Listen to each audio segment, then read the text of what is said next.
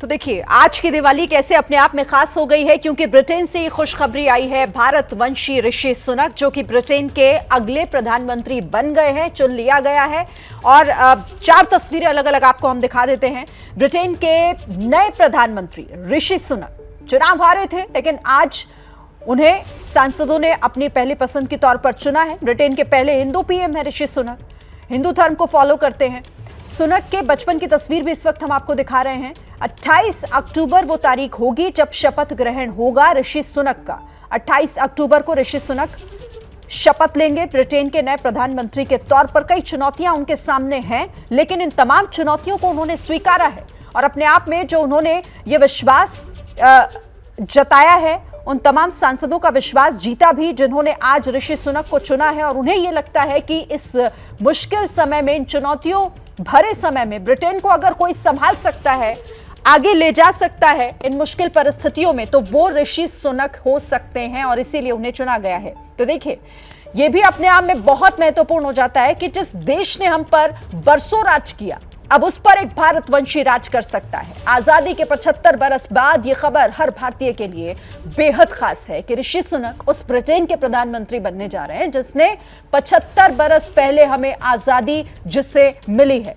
आप देखिए कैसे ऋषि सुनक ब्रिटेन के उस तख्त तक जा पहुंचे हैं जहां से कभी भारत पर हुक्म चलाया जाता था।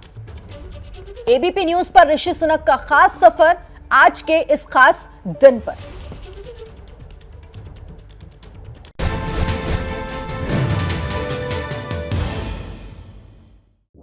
I want to tell you mine, to explain what guides me in my life and politics.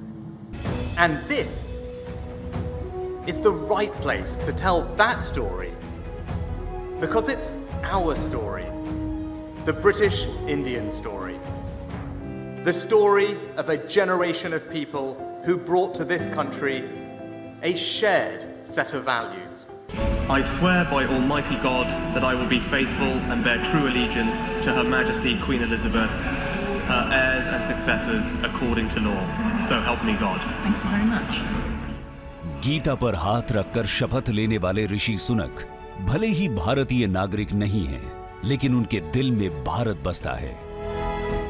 Bharat से 7000 किलोमीटर दूर जन्मे ऋषि सुनक देश की उस पीढ़ी की कहानी है जो बंटवारे से पहले देश की मिट्टी छोड़ने को मजबूर हुई। इस वक्त भारत के 140 करोड़ लोगों की नजरें उन पर हैं।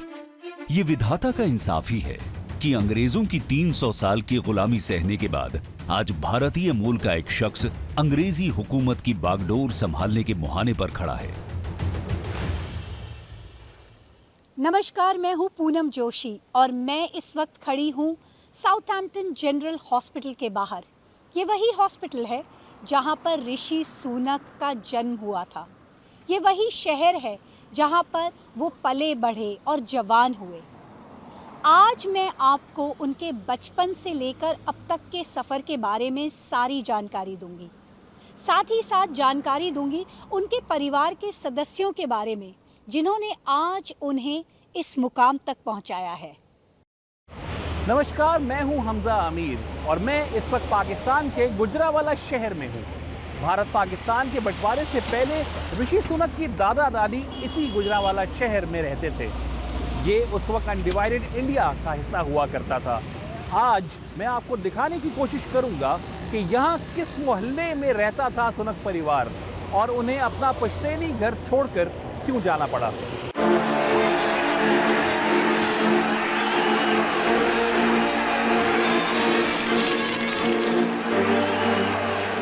बात 1935 की है। उस वक्त ब्रिटेन के राजघराने की बागडोर किंग जॉर्ज पंचम के हाथ में थी। भारत में ब्रिटिश हुकूमत का नेतृत्व कर रहे थे गवर्नर जनरल फ्रीमैन थॉमस। ये वही साल है जब आजादी की लड़ाई के बीच ब्रिटिश हुकूमत ने एक ऐतिहासिक कानून the government of India act 1935 पास किया था। 1935 में महात्मा गांधी के नेतृत्व में भारत की आजादी धीरे धीरे अपने चरम पर पहुंच रही थी, लेकिन साथ ही देश के कई हिस्सों में हिंदू और मुस्लिम समुदाय के बीच दंगे भी हो रहे थे। अविभाजित भारत के पंजाब प्रांत के गुजरांवाला शहर में भी हिंदू और मुस्लिम समुदाय आमने सामने थे। उन्हीं हिंदू समुदाय में एक था ऋषि सुनक के दादाजी रामदास सुनक का परिवार। रामदास सुनक और उनकी पत्नी सुहाग रानी सुनक की शादी इन दंगों से कुछ साल पहले ही हुई थी। दोनों काफी पढ़े लिखे परिवार से ताल्लुक रखते थे। वो गुजरांवाला में फैल रहे सांप्रदायिक तनाव से घबराए हुए थे।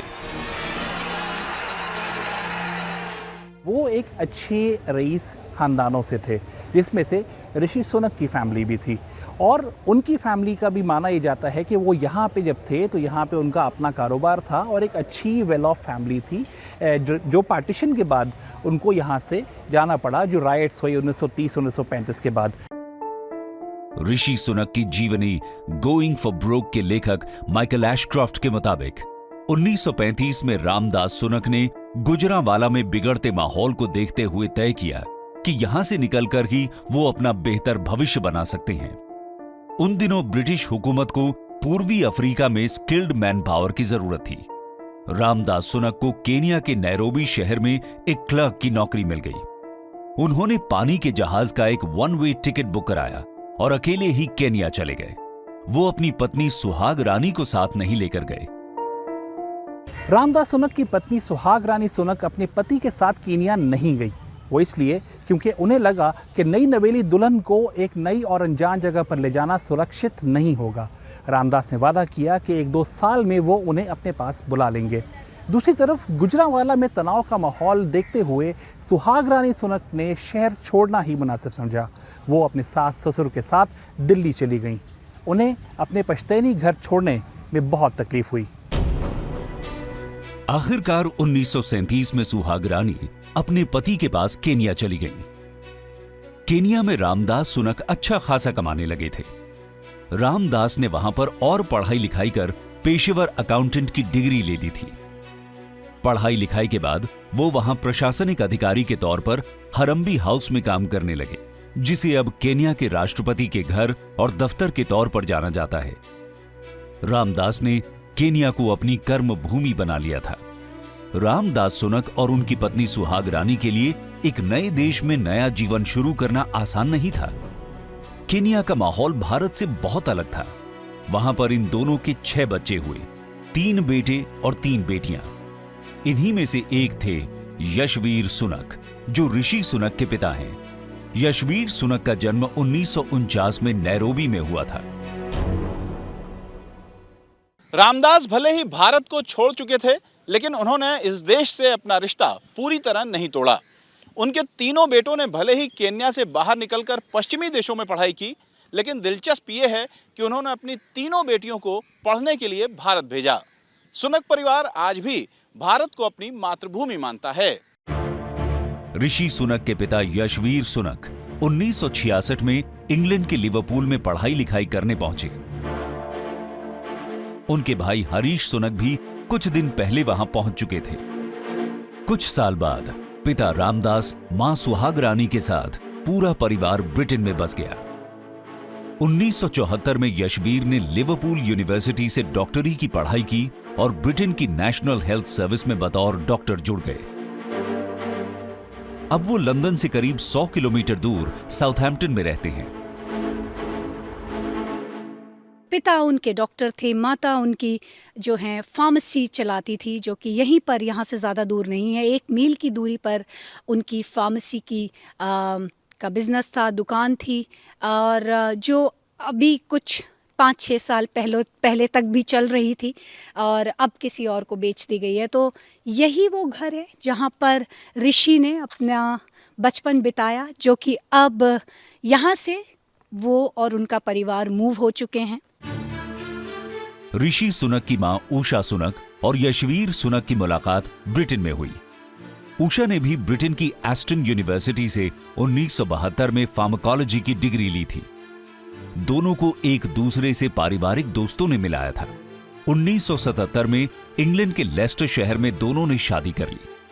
खास बात यह है कि उषा सुनक के पिता यानी ऋषि सुनक के नाना भी भारत के पंजाब प्रांत से हैं। ऋषि सुनक के नाना रघुबीर बैरी पंजाब में ही पले बढ़े थे, जबकि उनकी नानी सुरक्षा बेरी का जन्म तंजानिया में हुआ था। रघुबीर रेल इंजीनियर के तौर पर तंजानिया काम करने गए थे, वहीं पर उनकी शादी हुई। 1960 के दशक में उनका परिवार भी ब्रिटेन में बस गया।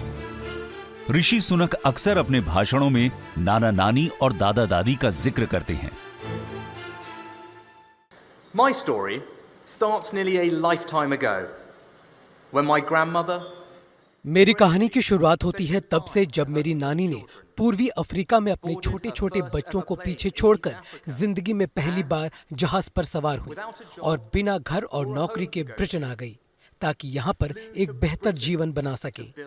मेरे नाना जी और मेरी 15 साल की माँ के लिए उस वक्त ये आसान नहीं था। for my grandfather to follow with their children, including my 15-year-old mother. 12 मई 1980 को ऋषि सुनक का जन्म साउथहैम्पटन जनरल हॉस्पिटल में हुआ। ये यशवीर और उषा सुनक की पहली औलाद थी। इसके बाद 1982 में ऋषि के छोटे भाई संजय सुनक का जन्म हुआ और आखिर में 1985 में उनकी छोटी बहन राखी सुनक इस दुनिया में आई। ब्रिटेन में 3 बच्चों को बड़ा करना और उन्हें अच्छी शिक्षा देना आसान नहीं था। यशवीर इंग्लैंड के नेशनल हेल्थ सर्विस में डॉक्टर के तौर पर काम करने लगे, जबकि उनकी मां उषा ने सुनक फार्मेसी नाम की दवा की दुकान शुरू कर दी। मैं इस वक्त जिस फार्मेसी के बाहर खड़ी हूँ, इस फार्मेसी का नाम होता था सुनक फार्मेसी। ये ऋषि सुनक की मां उषा सुनक के द्वारा शुरू की गई फार्मेसी थी। उनका खुद का बिजनेस था जो कि उन्होंने 90 के दशक में शुरू किया था और इसे उन्होंने कई सालों तक चलाया। अभी हाल फिलहाल तक वो इस बिज़नेस को चला रही थी और अब इसे किसी और को बेच दिया गया है और इसका नाम बदलकर अब बेसेट फार्मेसी हो गया है। ऋषि सुनक के माता पिता ने दिन रात एक करके इतना कमाया कि बच्चों को कभी कोई तकलीफ ना हो। इसमें उनके बच्चों ने भी काफी साथ दिया। बचपन में ऋषि को पढ़ाई के बाद जब भी समय मिलता था तब वो अपनी मां का हाथ बटाने के लिए अक्सर उनकी फार्मेसी जाते थे। I grew up in Southampton. My overriding memory of childhood. मैं साउथहैम्पटन में पला बढ़ा। मुझे याद है कि मेरे माता पिता ने कितनी मेहनत की। पिता डॉक्टर थे, लेकिन वो और पैसे कमाने के लिए शाम को दूसरे काम भी किया करते थे। जितना मुझे याद है, मेरे बचपन के हर दिन वो आधी रात के बाद ही घर आते थे। मेरी माँ ने एक फार्मेसी खोली थी जिसका नाम था सुनक फार्मेसी। हमारा जीवन उस बिजनेस के इर्द गिर्द चलता था। स्कूल के बाद मैं कस्टमर्स को डिलीवरी देने जाता था। मुझे याद है हर रविवार को पूरा परिवार कार में बैठकर दुकान की सफाई के लिए जाता था। ये सबको करना ही पड़ता है। It was a family business. That's just what you do. Rishi Sunak का जन्म एक हिंदू परिवार में हुआ था, इसलिए मंदिर जाने की आदत उन्हें बचपन से है। साउथहैम्पटन के हिंदू वैदिक सोसाइटी मंदिर में वो बचपन से दर्शन के लिए आते रहे हैं। वो यहाँ की बाल विकास सोसाइटी के मेंबर थे। बचपन में यहाँ पर होने वाले नाटक, संगीत और सांस्कृतिक कार्यक्रमों में खास तौर पर हिस्सा लिया करते थे।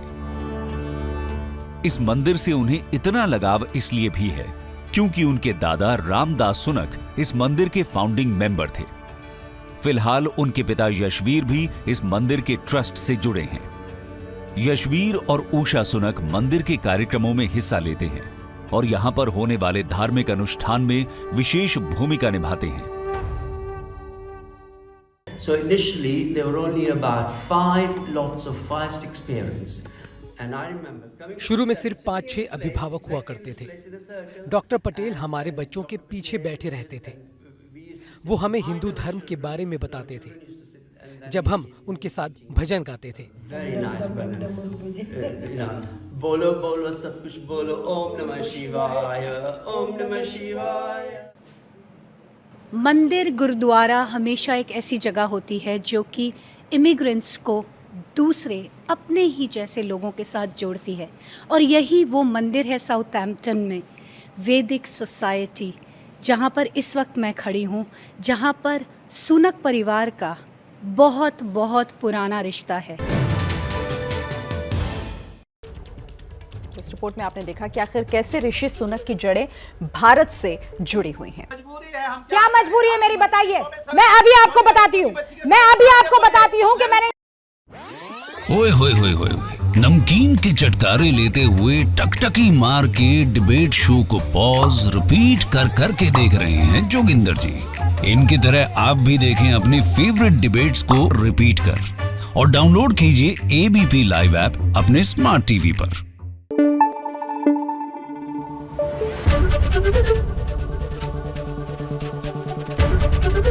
एबीपी न्यूज आपको रखे आगे।